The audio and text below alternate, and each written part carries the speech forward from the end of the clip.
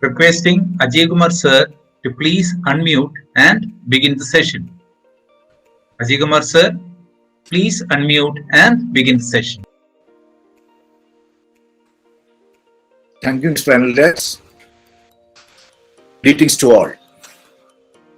This talk is on appropriate technology, economic development, and gross domestic happiness. One of the goals of developing knowledge is upgrading the quality of life of the society. Technology-based tools, from washing machines to satellites predicting natural calamities, are widely accepted across the globe as they make the life of large sections of people easier and happier. But technology needed for industrial production processes or service rendering are of a different type. Technology upgradation in such areas need not be happy to all unless other factors are also considered. But the impeding factors are not so prohibitive. Most of the technologies used in production processes or service rendering are labor saving. Now the cardinal question is it a vice or a virtue? Labor saving feature is undoubtedly a virtue of technology, as it relieves human being of the strain and pain of labor, though most often it renders a few jobless. There are technologies called neutral technologies. They are less capital intensive, less labor saving, and where joblessness is not so serious. And these are technologies which are recommended for such nations where manpower is abundant. But internet-based technologies have no neutral version. Nation will have to accept both bitterness and benefits. To summarize, technology contributes to strengthening the economy of the nation by producing wealth in large proportions, removing the strain of the hard labor, disturbing the prevailing wealth distribution pattern, which is explained by Ginish coefficient and such measures. Now we have to think of who gets the maximum share of the exponential growth in wealth produced by technologies like internet. Researcher, engineer, entrepreneur, or the public. In fact, all the four groups get benefited. But the lion's share goes to the entrepreneurs who fund for the research, development, and deployment of IT-based tools. Is there anything illegal or immoral in the act of such entrepreneurs grabbing the lion's share of wealth? The answer may depend on the school of political thought one belongs to. Unless someone is there to invest and promote research, technological progress will never be a reality. It's a factor agreed by all. In connection with this, we have a few thoughts. Some believe that more than deserving is grabbed by the entrepreneurs. Another group believes that less than deserving is being distributed among the scientists and engineers. A third group believes that the entire population of the nation deserve a part of the wealth produced by technology, as development of technology is a collective effort. But the vast majority of organizations are for profit maximizing approaches like exporting technology and expanding markets. Export of technology embedded with happiness. During the last 3 decades, all major production processes and service rendering methods across the globe were revamped using technology with IT teeth. Entrepreneurs export technology needed for this.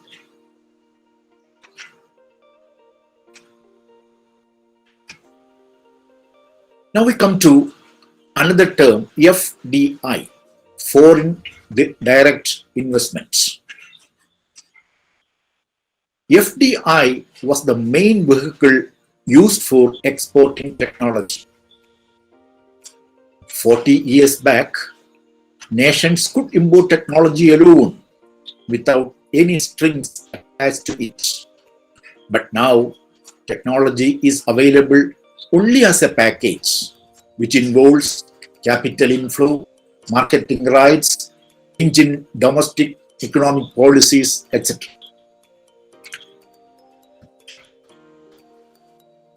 Labor productivity, academic activity, academic achievements. These are 2 factors which are relevant for the nations which import technology.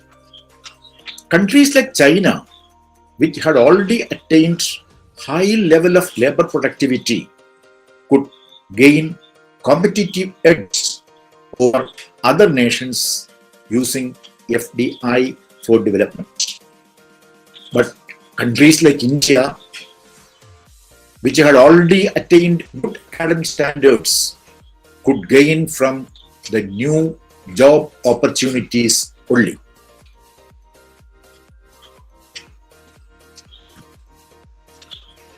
Now here we come to a term similar to dilemma, where dilemma is a situation where 2 factors are relevant. Dilemma is a situation where 3 factors are relevant.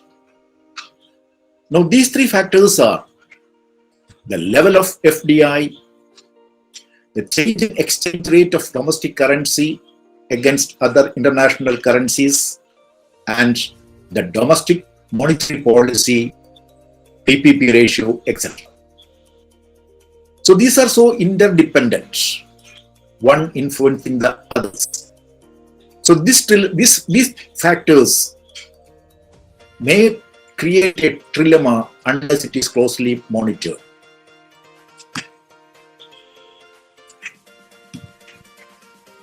Now, next slides are on PPP ratio and PPP rates. PPP ratio stands for Purchasing Power Parity Ratio. It gives an idea about how to calculate the real or practical exchange rates of domestic currency against internationally reputed currencies. PPP ratio can be explained in simpler terms. See, assume that 4x cost $1 in US, and let cost of 1 egg in India be ₹5. Let the exchange rate of INR, that is Indian rupees, be ₹80 per dollar. A tourist coming from US can buy 16 eggs spending $1. It means that the purchasing power parity ratio is number of eggs that can be purchased in India divided by number of eggs that can be purchased in US spending $1. That is 16 by 4, that is 4. In other words, it is price of one egg in US divided by price of one egg in India based on the same currency. That is 20 by 5, which is equal to 4. That means it is the real exchange rate of dollar and Indian rupee.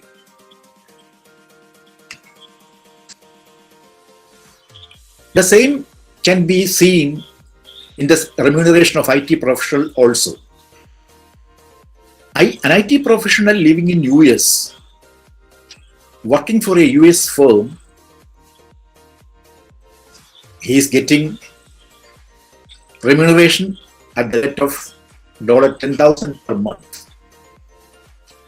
Now, assume that he is transferred and posted in their own unit, the same company's unit in another country. His salary will be around $10,000 divided by the PPP ratio, applicable to that country's currency. For example, a person who gets rupees 7.2 lakhs in US may get approximately rupees 1.8 lakhs in India, as PPP ratio of INR is approximately 4 against US dollar. Is remuneration of IT professional based on real value of service? The question is relevant because the IT personnel is giving almost the same service irrespective of the country where he works. If the answer to this question is yes, why the remuneration for the same service is different in different countries of the same multinational company? Who is benefited from the difference between 7.2 lakhs and 1.8 lakhs? No, this is a question to be answered. Technology transfer and PPP ratio. Entrepreneurs will be happier to transfer technology to such countries where PPP ratio is the greatest, so that the least of the internationally prevailing remuneration need be given to the IT professional.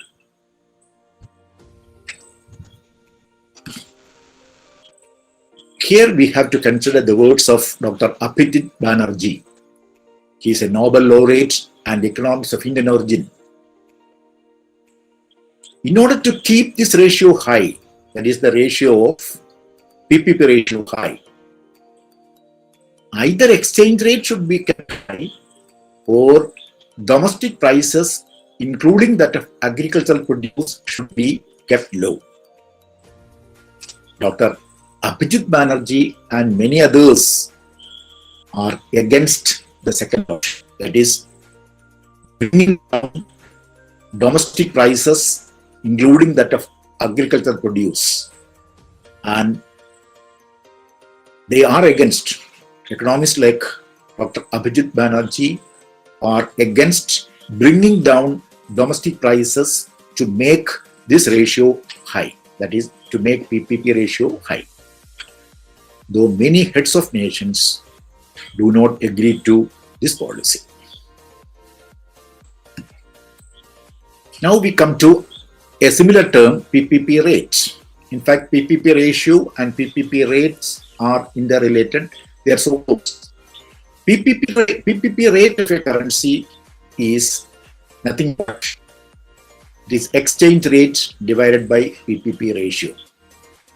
That is, for Indian rupee, if PPP ratio is 4, PPP rate is 72 divided by 4 equals 80. That is, it is the logically correct exchange rate of rupee against US dollar, though practically it is not applicable. Now coming back to the theory of trilemma. Trilemma, and I shall repeat, it is a situation created by the unsuccessful management of the three economic factors: level of FDI, change of exchange rates of domestic currency, and the domestic monetary policy.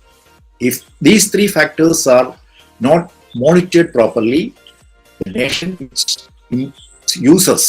depends on FDI may go to a situation called trilemma. Need to keep vigil on FDI. If the nation importing technology permits any two of the three parameters to change freely, the nation will cease to have control over the third. That is, we are not against importing technology, but if technology comes to a nation in the form of FDI, as part of FDI, if the other two factors like exchange rates and domestic monetary policy are allowed to freely change, then we may come to a situation like trilemma. FDI and rising exchange rates. Many nations, if not all, which could prevent exchange rate and purchasing power parity rates from rising during the last 2 decades, could make strategic advantages with FDI, or their policy of using FDI for development was proved successful. If they could prevent exchange rates and purchase parity rates from rising. Nations where exchange rates increased by 20% or more are suffering from evil effects of technology upgradation. So exchange rate is a factor which determines the success of the FDI policy. Now coming to a nation, we have data of about 50 countries, but we are considering those nations which could effectively use FDI. Switzerland is such a nation which during the last 2 decades has been proved successful in maintaining the exchange rates, not only stable, but they kept stage by stage, they brought the exchange rates down by about 52% compared to the 2000 level. In the case of PPP rate also, Switzerland was successful in bringing down the PPR rate to minus 33.5%.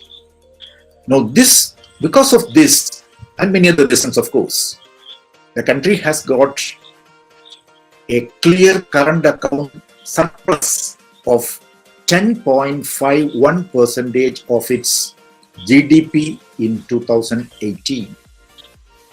It's a remarkable performance, a remarkable economic performance of Switzerland. There is another country called Austria, where the exchange rate fell by 21.94%, PPR rate fell by 13.3%, and their current account surplus now is about 2.37% of annual GDP, referring to the 2018 figures. A third nation like that is Germany, which could bring down the exchange rate against US dollar by about 21.94%, and the PPP rate could be brought down to minus 19.4%. And Germany also could maintain a current account surplus of 7.34% of GDP. Ireland also has got a similar story to tell, with minus 21.94% in the case of exchange rate and minus 15% in the case of PPR rate. And the result is that it has got 10.69% of GDP as surplus, a current account surplus in 2018.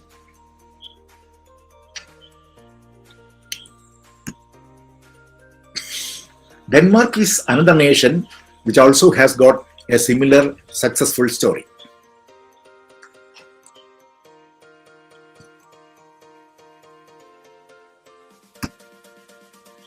If both exchange rates and PPP rates are steady or falling and GDP is registering sustained growth, it means that the country has become economically stronger with the help of technology upgradation. So three things: the PPP rate and exchange rate should be coming down or steady, and GDP should be registering sustained growth. It means that even if the exchange rate and PPP rate are steady or falling, if the nation is not able to maintain sustained growth in GDP, we cannot say that the nation has been successful in using FDI. Now, on the contrary, if the exchange rate is falling and PPR is rising, one rate is going down, the other rate is going up, it may lead to future slowdown.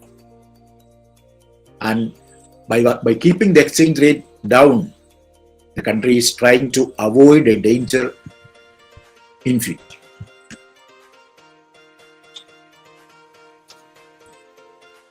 We have data for Canada. Canada has got exchange rate reduced by 12.73% in the last 20 years, but their PPP rate is up by 1.4%, and now their current account position is minus 2.65%. They have a current account deficit, and this is an indication of the future economic performance of Canada. And same is the case with Hungary. During the last 20 years, they've tried to maintain the exchange rate almost stable, but now it is minus 4.24% compared to 2000. But their PPP rate went up by 27.6%. And the country is now facing current account deficit, though of a small value, that is minus 0.43% of GDP, referring to 2018 figures. There are other nations also.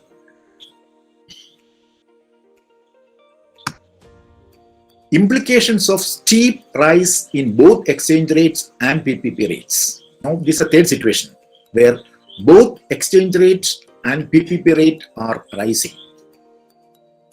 Now, here a country has already entered the danger zone of economic crisis or slowdown.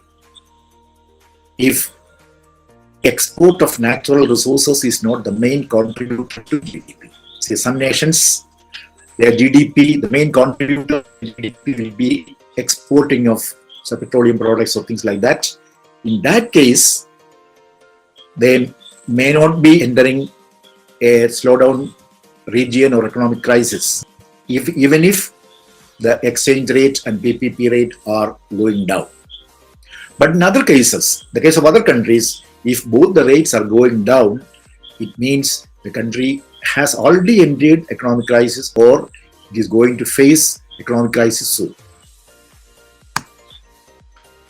We have a list of countries starting from, say, Chile, Colombia, Indonesia, Romania, Brazil, Mexico, a list of countries which have a very high increase in the exchange rates during the last 20 years, up to 37%, 52%, 69%, 81%, 87%.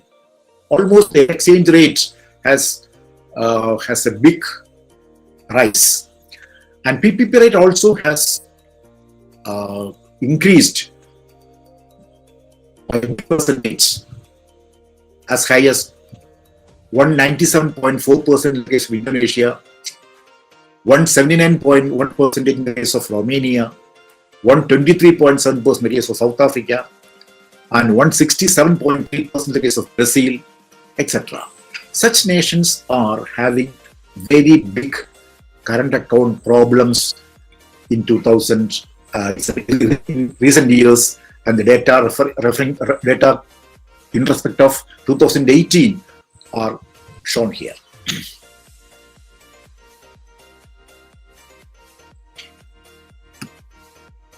Even when exchange rates and PPP rates are falling, economic distress can be expected in cases where positive GDP growth is not sustainable, that we have explained earlier.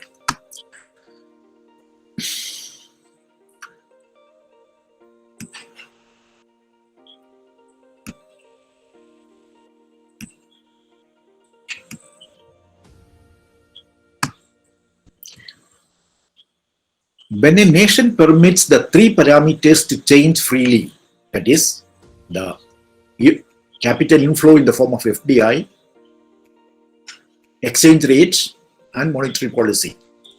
If a nation is permitting all these, it is permitting direct beneficiaries of the latest technologies across the globe to come together, to join together, and share the wealth accrued from such technologies.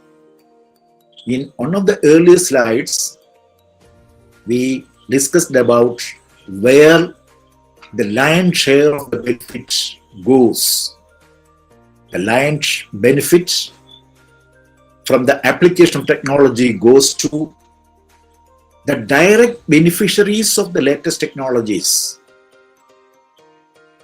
And these direct beneficiaries are spread across different nations, and they join hands and share the wealth accrued from such technologies. Option 4, the nations which entered the state of dilemma. So if such sharing of wealth occurs among the direct beneficiaries of technologies across the globe, they are spread across different nations. And some nations which have opted for the technology upgradation with FDI vehicle. And if they have some problem, they have landed up in some problems, they will have to donate its brilliant manpower to other nations for developing new technologies. Due to which the domestic economy may starve of know-how. So that is, if a nation is going to face difficulties because of the rise in exchange rate or rise in PPP rates, the nation will have to donate its brilliant manpower to other nations for developing new technologies because they are in such a situation, and due to which the domestic economy may starve of know-how. So this will further decelerate their economic growth. Not only that, this potential for donating manpower, donating brilliant manpower may not last long, because this generation's brilliant manpower is going to be an asset for the future generations' growth. The second thing is that these nations which are having rising exchange rate and rising PPP rates will have to donate at least a part of its purchasing power for the rich nations, rich sections of other nations, and which will eventually affect the demand for the locally produced items.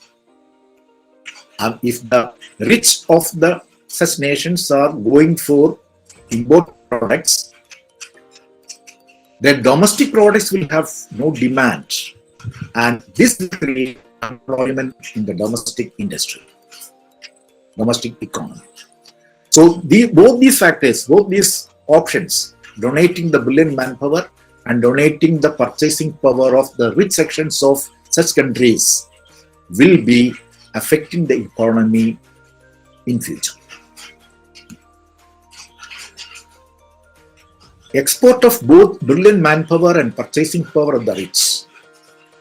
Exporting the purchasing power is actually another way of presenting that importing foreign goods.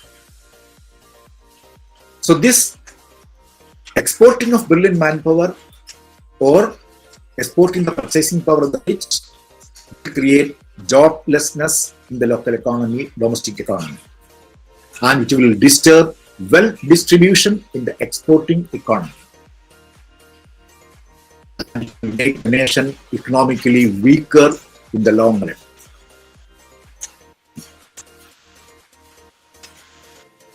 And we have so many examples for countries which have been affected by the policy of exporting this manpower as well as the capability, the purchasing power of the rich. The best strategy for any economically growing nation will be developing domestic technology as far as possible. I say as far as possible. No nation can develop the technology needed for it for all areas. It is almost impossible. So develop domestic technology as far as possible. And this should be for providing maximum value addition for the resources available in the nation. Because nobody else will be creating the technology needed for your resources, for the value addition of the resources you have in the economy. So the nation itself will have to develop technology for its own resources. And this should be in accordance with the consumer behavior of the people. We cannot say ignore the demands of the people. The second strategy, second point is import of technology which will not wipe out domestic resources. That is, any nation will have its own strength, maybe manpower, maybe raw material, maybe some other thing. Importing of technology should not be for wiping out these domestic resources so that the next generation will not be getting the benefit out of it. And the import of technology should not be for eating into the purchasing power of the more fortunate. Because the purchasing power of the more fortunate is needed for the less fortunate. It should not be taken away by someone who comes with technology. In fact, exporting brilliant manpower is like exporting breast milk from the nation. That is, the brilliant manpower of this generation should be serving as the breast milk for the next generation. And purchasing power of the more fortunate should serve as a life-saving drug for the less fortunate. If a newly growing enemy nation has to be taken for a ride, just help them with a technology not appropriate. So inappropriate technology can act the same way as a weapon. No, it will siphon out happiness. Improper management of technology will lead to siphoning out happiness from some sections of human beings of some part of the world to some other sections belonging to some other part of the world. So this technology, inappropriate technology coming from the inappropriate place, this will result in taking out, siphoning out the happiness from some sections of people living in one part of the world to some other sections of people living in some other part of the world. So in fact, it is in a way similar to the situation existed earlier. It's a war without physical weapons. Modern technologies like IT can be used as a weapon if heads of nations are not so vigilant about the evil effects of it. A global scenario similar to that existed before 18th century can be created with unscientific and inhuman use of scientific tools. So technology is good. It will be making our life easier and happier. But the inappropriate technology can even act as a weapon for siphoning out happiness from one part of the world to another part of the world. Okay, thank you all.